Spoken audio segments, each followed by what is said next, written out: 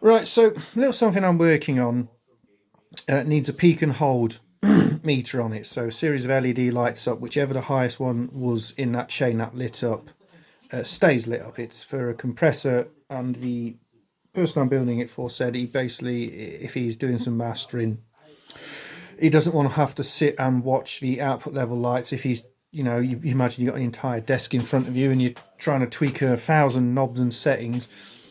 If he's running something through his compressor, after he's done, he wants to be able to look back and just see on the output how high it peaked at. So he wants peak and hold VU meter on the output. Now I'm determined, just for the hell of it, I don't want anything in it computerized. There's no programming at all. So it'd be an easy thing to do with an Arduino or a PIC, but I'm trying to do it purely with analog functional circuits.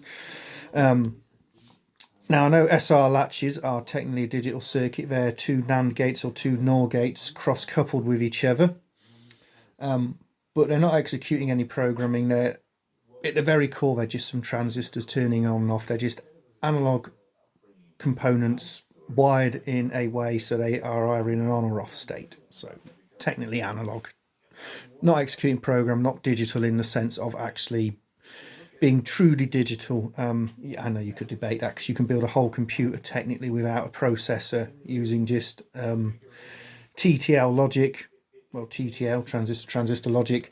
But by the time you've done that, what you've essentially got is just a small processor, as it were, laid out on a board. So, yeah. Anyway, so this is what I come up with now. If these were, is it a D-type flop? If I had something, I'm just playing about what I've got here. So I've got a, what is it, a SN747S279AN SR latch, quad SR latch. LM398 comparators. So anyway, the sensing input stage is just going to be some resistive dividers on a whole chain of comparators on the input. Again, I'm trying to stay away from some of the more dedicated ICs because A, you're stuck with whatever range they have set inside, and B, they are getting more and more obsolete now because manufacturers aren't making them anymore for people because everyone just uses something based around a computer chip. Everything's got a chip in it these days. So I'm just doing it with comparators and it's good old-fashioned SR latches. So this circuit would be a bit simpler if I had something that had a not Q output. So what's happening is, I can give a demonstration here. So I turn it on. Now look at that, false triggering. You gotta love that. So, oh no, it's not false triggering. It's because I've got the trigger wire in there. Let's reset. So let's say the first one, it gets a pulse that goes above 1/2 the voltage which is set at the positive output. The comparator pulse is negative. That will set the SR latch. The output, the Q will go high. This is inverting again, so the output will get pulled low. Once the signal disappears, as can be seen, the LED is still lit. It needs a reset pulse. Now, as you go up through the chain, there's a steering diode on the output of each LED as you go further up back to the previous one. So if I initiate the set pin on the second one, which should be this pin here, now you can see the yellow LED is lit up, the green's gone out. Now, normally that wouldn't happen because each one of these is sequential.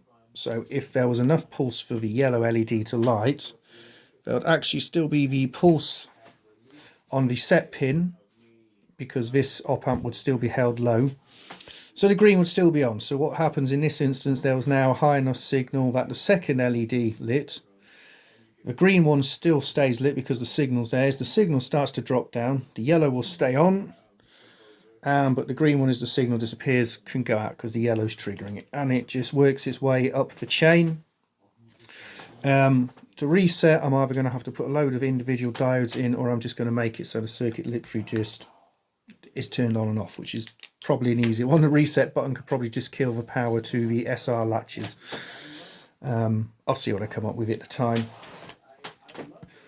Now, the flaw with this circuit would appear to be, so it's all right when the second one's latched, but of course as the third one latches, this one will light, this one will light, so these will all be on. The signal will disappear off this one, its input signal will go, it will stay latched. It's holding the reset off on this one. So as the signal drops down on this one will go off. So this one's got no reset. So what there actually needs to be is then another steering diode coming down. So good old fashioned, just like that. So as you work your way up the chain, you need more and more diodes. So the highest light in that chain has a diode going back to the reset on every single SR latch before it, and so on and so on until you get to the bottom one where it doesn't feed back to anything, it's just on the reset. So yeah, anyway, proof of concept, it works. So again, set the first one off, it stays latched. I'll keep it latched as though it was in the circuit. If I set the second one off, which is, second one's now lit, as the signal degrades, second one will stay on, first one goes out, and I can work my way up the chain. So I will probably change it. I think it's a D-type flip-flop. You have the not Q output on it, which would mean I could get rid of the comparators, because most digital circuits have very limited ability to source current. Like the inputs on all of these, you don't need a pull-up resistor. They source current themselves, very high value resistance. The LM, whatever they was, is it 398 or something, whatever it is, the comparator, it on itself, again, can't source any current, it can only sync it. So that's perfect for pulling inputs low, it's perfect for driving LEDs down to 0V. If I have a not Q output, when it goes low, it could directly drive the LED, and it could also feed the outputs, the reset pins on the flip-flops. So I'll possibly go that route, I might stay this route. It just depends on availability of components and pricing. But yeah, that was all just a little quick one. When I actually have the thing finished, I shall do a more in-depth video with the proper camera on it. I just thought it was a nice little progress video, just something for the channel, something which someone might find interesting or useful. I mean, it's quite comical. Everyone goes for Arduinos these days. And don't get me wrong, Arduino's great. And there's something called a fake Duino or something along them lines. It's the size of an Arduino, and all it is a 555 timer. And it says something on the PCB along the lines of should have used a 555. And it's just a bit of a light-hearted joke at you know, people on forums. The amount of times you see someone's done a bit of a program for an Arduino, asked questions about how to do it, and all it's doing is just timing something, a flashing LED or whatever, responding to a switch. 555 timer, you can do so many things with it.